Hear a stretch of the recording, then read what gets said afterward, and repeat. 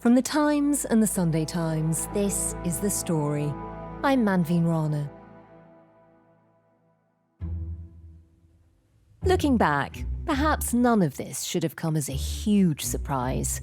After all, Gregg Wallace is a man who's built a career on being inappropriate. Left to my own devices, I'd probably munch the living daylights out of you little tart. Very, very nice. Excuse me? But when his brash, cheeky chappy on-screen persona was eclipsed by a torrent of allegations about his behaviour off-air, the BBC finally had to act. It's the system. Certain people are indulged for decades, and we're just getting to grips with it now, and I think that's unacceptable. You know, I've worked at the BBC for 20 years. This is not good enough. It's just not good enough. Now, a damning new report has upheld 45 complaints against Gregg Wallace over a 19-year period, including one instance of unwelcome physical contact and 3 of being in a state of undress. Both the BBC and the production company behind MasterChef have apologised for not acting sooner. Gregg Wallace has offered a more mixed response. Gregg Wallace has hit out at the BBC, insisting he will not go quietly following reports he has been sacked from MasterChef. How did we get here? Are some stars considered too big to fall? And what does this case mean for the BBC and public trust in the institution?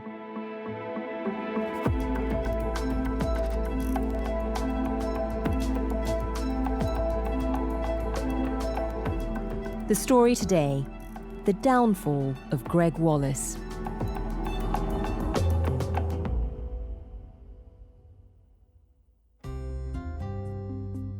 My name's Alex Farber. I'm the media correspondent for The Times. Alex, take us back to when the allegations about Gregg Wallace first emerged. When did that happen and what were they? So the allegations against Gregg Wallace first came to light at the end of last year, but go back to 2011, when the ex-Newsnight presenter Kirsty Walk was among those who said she had concerns about his language on Celebrity MasterChef when she appeared on the show. Gregg Wallace came in and launched into a soliloquy, essentially a story of a sort of sexually inappropriate nature. She flagged it to the production company Banijay Shine TV at the time. Now, Kirsty was among 13 individuals that came forwards late last year. And those reports came out, I think, because there was a growing sense that some of his behaviour in the past had been problematic and it hadn't come to light. My livelihood didn't depend on my being on MasterChef, but the livelihood of a lot of people in that programme did. And I wonder if they just felt they couldn't speak out. And it took Kirsty to speak up in the press for the allegations really to see the light of day. And just remind us what sort of allegations we'd heard of back then. The allegations predominantly referred to inappropriate language and behaviour. He was there with his wife and he made a comment about what they did in the bedroom. I'm not going to repeat the comment, but I was very shocked. Gregg asked me, "Oh, did you learn how to cook from your mum?" I said, "Oh, no. My mum was born on a kibbutz, so she actually hadn't seen raw meat before she met my dad." To which he then replied very quickly, "Yeah." Then he showed her his meat, and then he thrusted a couple of times, his groin near me. He talked about women's bodies. Gregg Wallace said to me, do you know X? I was like, yes, I do. And he said, tell her from me she's a sexy. He talked about how he'd want to touch them. And I think he talked about his own body as well. There was some suggestion in subsequent reports that Gregg Wallace had also been accused of inappropriate touching. One woman says he touched her bottom at an event, and another says he pressed his crotch against her while filming on a different show. As she was bending over, Gregg, in front of me, went and put his hands over her buttocks and then turned to me and went, "Core." And being in a state of undress. female production members being made to talk to the talent whilst the talent is topless, female production being made to feel uncomfortable about being asked for their personal numbers. So it was definitely overstepping the mark in terms of what is appropriate in a professional environment. And when these stories emerged, just remind us of how Gregg Wallace responded. Gregg Wallace sought to defend himself. Now, I've been doing MasterChef for 20 years. Amateur, celebrity and professional MasterChef. He said that he'd worked with thousands of people from all walks of life. Over 4,000 contestants of all different ages, all different backgrounds. And said that apparently there'd been only really a handful, around a dozen complaints against him. I'm reading in the paper, there's been 13 complaints in that time.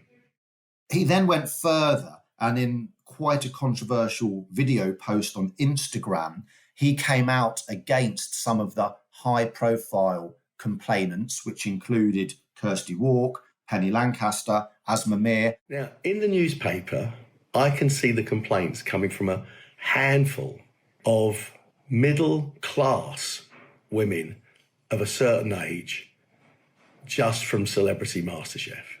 This isn't right. He does seem to have the unfortunate habit for a man in his position of every time he tries to defend himself, he seems to make it worse. And there was an enormous backlash to those comments.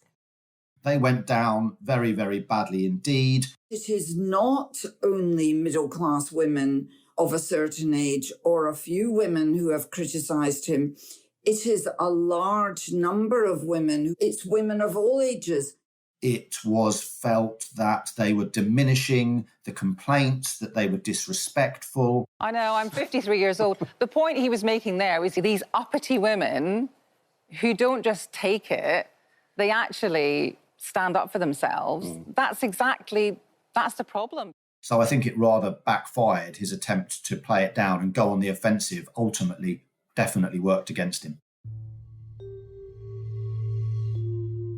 We should say Gregg Wallace's lawyers did say at the time that it was entirely false that he'd engaged in behaviour of a sexually harassing nature. And Wallace did end up apologising for his comments in December last year. I want to apologise for any offence that I caused with my post yesterday and any upset I may have caused to a lot of people. I wasn't in a good headspace. It's obvious to me I need to take some time out now while this investigation is underway. I hope you understand, and I do hope that you will accept this apology.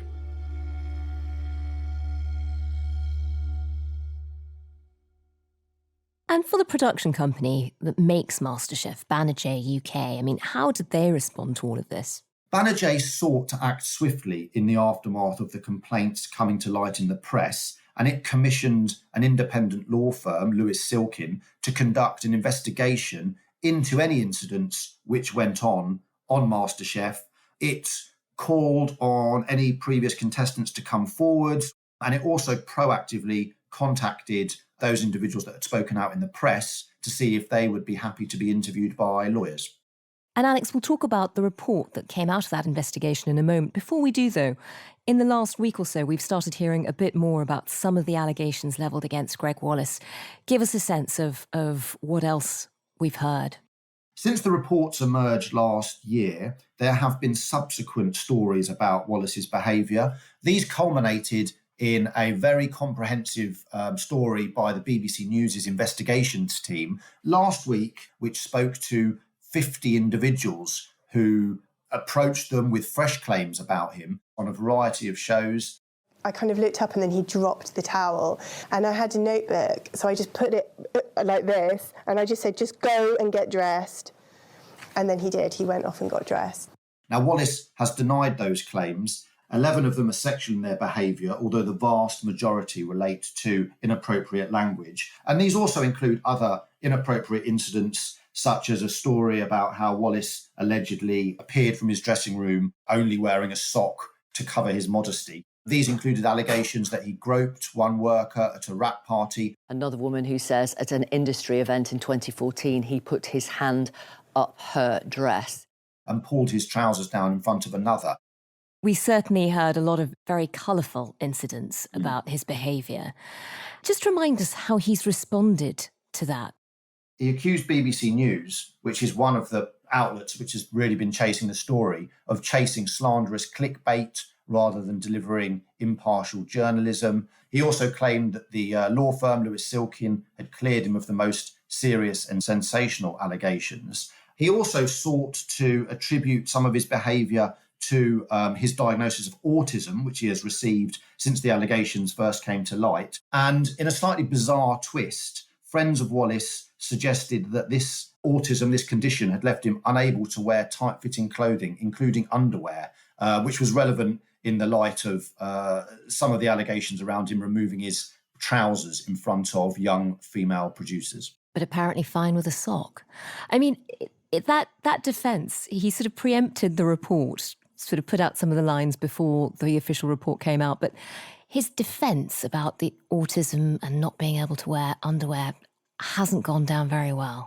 In many ways, it's similar to his attempts to protect his reputation last year when he came out on the attack against the middle-class women of a certain age. His attempt to use autism as an excuse for his behaviour has also been poorly received. There's been a number of autism charities that have spoken out against this. Most people with autistic traits, they usually have a very strong moral compass, and I think to use the fact that someone's got autism as an excuse, it's not very helpful to the wider community of neurodivergent people. Although it should be noted that the investigators did seem to attribute it to some of his behaviour and say, look, this has to be taken into account. Alex, while this investigation was being conducted and after these allegations had first emerged, how had the BBC responded? The BBC has responded by taking Gregg Wallace off MasterChef. He didn't appear in the final episode of the previous series due to the allegations. And it has since moved to say that he's effectively no longer welcome at the BBC. His future with the broadcaster is untenable, and there is no place for him at the broadcaster as a result of the findings of the Lewis Silkin report.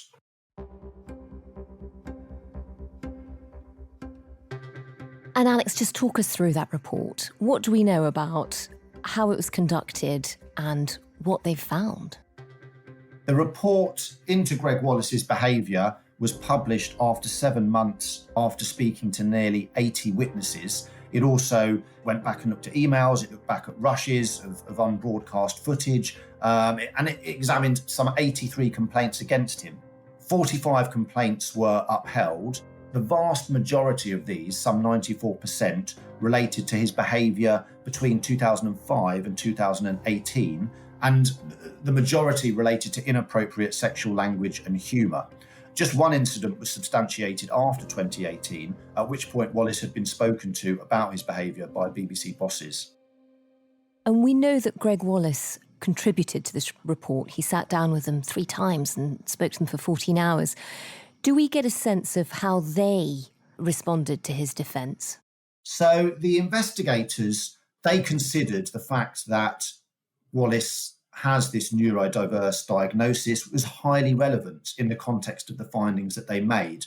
They particularly noted his use of humour as a masking technique, as well as his difficulty in reading social cues. Now, in his defence, they said that staff consistently described him as energetic, as humorous, as able to put contestants at ease, which was a big part of the show's success.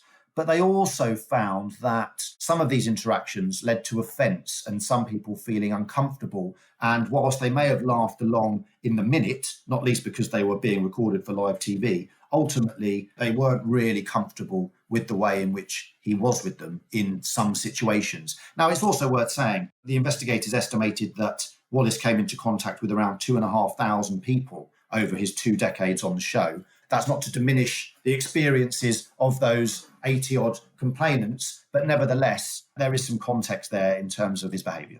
But 80-odd complaints is a lot, and 45 of those seem to have been upheld. Is there any sense of why the BBC didn't sack him earlier? The reason that the BBC hasn't acted sooner is because it was only alerted to Wallace's behaviour in, I think, 2017, 2018, at which point it spoke to him. And since then, his behaviour had improved considerably. I think there was just one upheld complaint since 2018 when bosses spoke to him. And before that period, we really had a somewhat chaotic, messy reporting system. The BBC wasn't alerted. The production company Banijay was aware of some of the complaints, but they weren't really formalised or addressed in a coherent way. And so we kind of were left in a situation whereby the production company wasn't passing the complaints on to the BBC. The BBC was unaware, and therefore it didn't feel like there was any reason for it to act.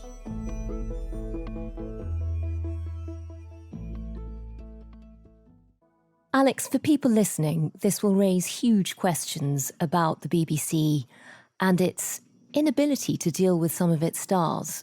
Again, this is something that become a bit of a theme. Give us a sense of how Gregg Wallace became a star, essentially created by the BBC. Where does his story begin? Gregg Wallace was found by the BBC some 20 years ago. He was a market trader, grocer. You know what that is? That is the world-famous Yorkshire champagne rhubarb. Get it in your crumble. Takes me back to when I started as a greengrocer. He wasn't a TV presenter. He didn't come up in that industry. And the BBC recognised that he was a different flavour, a different voice, a cheeky chappy, a bit edgy. I love what you've done to the bird. I love the breasts like that. I absolutely love those legs. Not your usual, perhaps, television, posh, middle-class, white person that appears in many of its shows. Your squirrel is moist. Make it thick, make it sticky, make it brown. And it liked that. You know, it wanted someone with a bit of edge to front its new cooking contest. And there's a degree to which they wanted Wallace to be like he was. He made off-colour jokes. I'm desperate to dip that pork into something wet. He sometimes said those things that people thought but didn't say. And if not actively encouraged, then it was certainly appreciated by bosses and viewers who really took to him. You know, I think we've got to remember that MasterChef is a hugely successful BBC format that's run for nearly 2 decades. And the reason for that is people like Gregg Wallace on screen. He was a good fit. He was a big star. They wanted someone that was slightly different from the usual presenter, and they found him with Gregg. And I think the other thing it's worth recognising in this conversation is that we are looking back at these complaints, many of which predated 2017, with 2025 standards. You know, Me Too was perhaps just getting going, and I wonder if his actions of yesterday are being scrutinised through today's standards. Give us a sense, in the 20 years that he was a huge presenter, just how big a star he'd become. I mean, how much would he have been on, and how often was he on TV? Gregg Wallace became a fixture of many living rooms for many weeks of the year. 15 minutes now, OK, to your crumble. Yeah. You gonna be all right, Chef? I'm going to try. He has featured on an array of programming, including Saturday Kitchen, Supermarket Secrets. One of the biggest new food trends became a mass movement thanks to social media. Veganism. Now, there's a trend that's come right out the blue. Eat Well for Less, Inside the Factory. At any one time, Gavin could be storing as many as 160 million potatoes on his farm. When they get the order through from the factory, the potatoes are fed into one end of a production line, which can sort... But undoubtedly, the most high profile has been MasterChef and its spin-off Celebrity MasterChef. Can Angela now show she has what it takes with her lemon and basil tart, served with strawberry and balsamic cream? MasterChef was named as one of the 8 flagship BBC TV shows last year by the BBC. I get a beautifully fresh, refreshing lemon tart. And on the top, I get this absolutely remarkable, rich, deep balsamic flavour that ends up in strawberry. It's a flavour sensation I've never experienced. Now, these are high-volume programmes that air continually for weeks and weeks and weeks across the schedules in prime time and are also repeated. So, you know, Gregg Wallace really was one of the most recognisable men on television. Was that part of the problem? Was he too big a star to do something about? I mean, it just seems bizarre at this stage to know that there were 45 complaints that would be upheld, that had been lodged over time, going all the way back to 2005, and yet it's not until now that he's been sacked. Where does the problem arise? Is it with the production company? Is it with the BBC? Why were these complaints not taken seriously? So I think it goes back to what I was saying before about the culture at the time. I think Banerjee did receive some complaints, and whilst it did not deal with them, perhaps in the most rigorous, comprehensive ways, and perhaps not in a way that they would be dealt with today, nevertheless, it sought to address them, and it did speak to Gregg Wallace about his behaviour. But I don't think that they were deemed sufficiently severe for it to take significant action. Now, evidently, looking back, those probably are not the decisions it would have made today. And Patrick Holland, the boss of Banerjee, has apologised to anyone affected. This report comes at a time where the BBC is already under a lot of scrutiny and getting a lot of criticism. Monday was a particularly big day for them. 2 big, damning reports. Give us a sense of the pressure on the Director General right now. Yeah, I mean, it's not been a great period of time for the BBC and the Director General, Tim Davie, in the past few weeks. We've had this Gregg Wallace situation. We've also had the controversy surrounding its decision to broadcast the Gaza documentary, How to Survive a War Zone, which was subsequently pulled after the narrator was found to be the son of a Hamas official. We have also had the controversy around the performance at Glastonbury by Bob Villan, who was leading chants of death to the IDF, which was broadcast by the BBC. So the BBC Director General, Tim Davie, certainly is facing the pressure, which is coming not least from Culture Secretary Lisa Nandy and Melanie Dawes, the Chief of Ofcom, who have both made clear that they are not particularly happy with the way in which it has handled these situations. And Alex, this report in particular on Gregg Wallace just feels so familiar to BBC watchers. It's not the first time a big star has been in trouble for bad behaviour. You know, recently we had Hugh Edwards. We had a moment with Jimmy Savile when there was a huge bloodletting exercise. There was a huge investigation under an inquiry and a report. And we thought that would have been the end of it for the BBC. Why is it still happening now? In the wake of the Hugh Edwards scandal, the BBC launched a workplace culture review in which it encouraged staff to come forwards and speak out about instances of bad behaviour. And I think it's worth remembering, Manveen, that in some respects, these allegations are the price of a more open environment in which people feel empowered to speak out.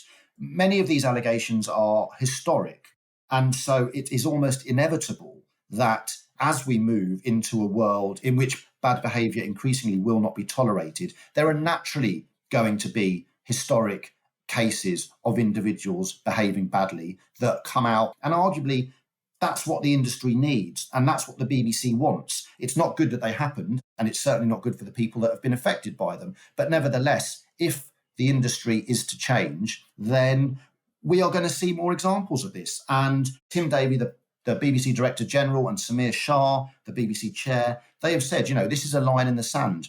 We are not going to tolerate bad behaviour. And Alex, where does all of this leave Gregg Wallace? He certainly doesn't have a career at the BBC. That's not to say that he doesn't have opportunities to continue to work elsewhere. Is what Gregg Wallace has done so bad that another broadcaster won't consider picking him up? Possibly.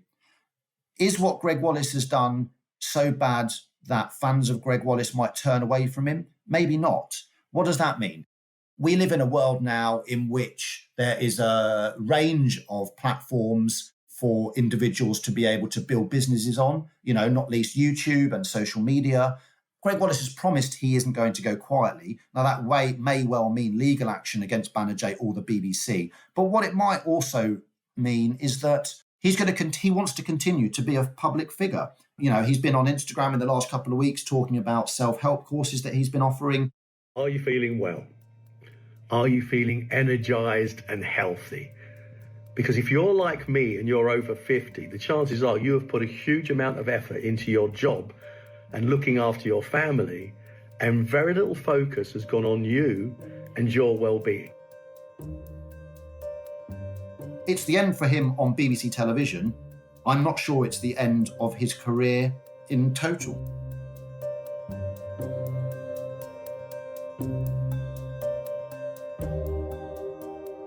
Yesterday afternoon, Gregg Wallace released a statement on Instagram saying, "None of the serious allegations against me were upheld.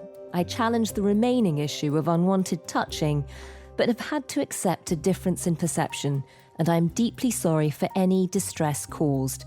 It was never intended. I'm relieved that the report fully recognises that my behaviour changed profoundly in 2018. Some of my humour and language missed the mark. I never set out to harm or humiliate. I always tried to bring warmth and support to MasterChef, on screen and off. This has been brutal. For a working class man with a direct manner, modern broadcasting has become a dangerous place. I was the headline this time, but I won't be the last. There will be more casualties if the BBC continues down this path, where protecting its legacy matters more than protecting people."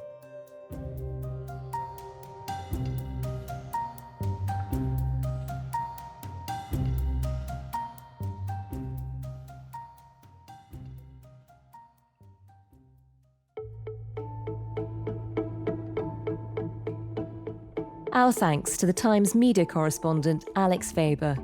Today's producers were Olivia Case and Edith Rousselot, and the executive producer was Molly Guinness. Sound design and theme composition were by Mal Assetto. Thanks for listening. See you again soon.